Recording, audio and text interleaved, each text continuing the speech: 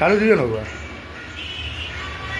ગઈકાલ રાત્રે ભવાનીનગર ખાતે અમુક ગુંડાઓ દ્વારા આ એક ભાઈને બેરહેમીથી પહેલા મારવામાં આવે છે.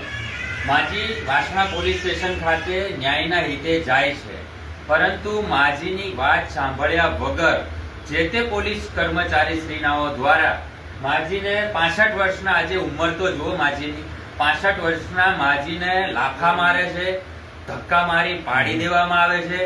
આ બધું જોતા એમની દીકરી, એમની વહુ કહેવાય કે જે એમને જે બચાવવા જાય છે તો તેઓને પણ લાફાનો માર મારે છે, મોઢાના ભાગમાં લોહી નીકાળી નાખવામાં આવે છે.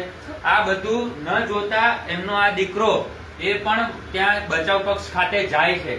એને પણ ગરદાપાટુનો માર મારી, ફેંટ મારી, લાતો મારી, નાકના ભાગે મારી, નસકોરી ફોડી નાખી, લોહી લુહાણ કરી નાખેલ છે. માજી દ્વારા પોલીસ કર્મચારી શ્રીને વારંવાર રજૂઆત કરે છે કે સાહેબ શ્રી, આ રીતે ન હોય, અમને ન્યાય આપો. અમે આવનાર સમયમાં કમિશનર સાહેબ પાસે પણ જઈશું.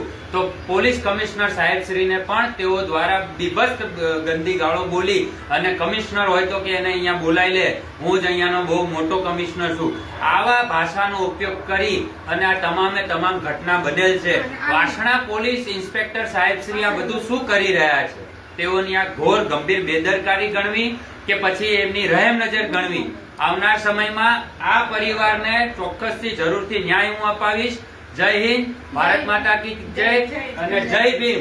જય ભીમના વિશે અમારા બાબા સાહેબ આંબેડકર જે બંધારણ લખ્યું છે કે આ અમારી સમાજના લોકોને દલિત, ઢેઢા આવા ગેરબંધારણીય શબ્દોનો પ્રયોગ ન કરવો જોઈએ, તેમ છતાંય તે પોલીસ કર્મચારી શ્રીનાઓ દ્વારા તમે ઢેઢા છો, અહીંયાથી નીકળી જાઓ, તમારું કઈ થવાનું નથી, એટલે આ કેટલું યોગ્ય? પરંતુ તેઓ કમિશનર સાહેબ શ્રીને અને તેઓના તાબા હેઠળના તમામે તમામ કાયદાને કદાચ ઓળખી નથી શક્યા. તેઓ પોતાની ફરજ ઉપર પોતાનું ભાન ભૂલ્યા છે.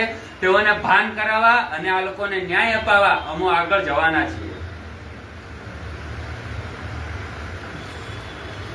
બોલવાનું હતું ને સાહેબ.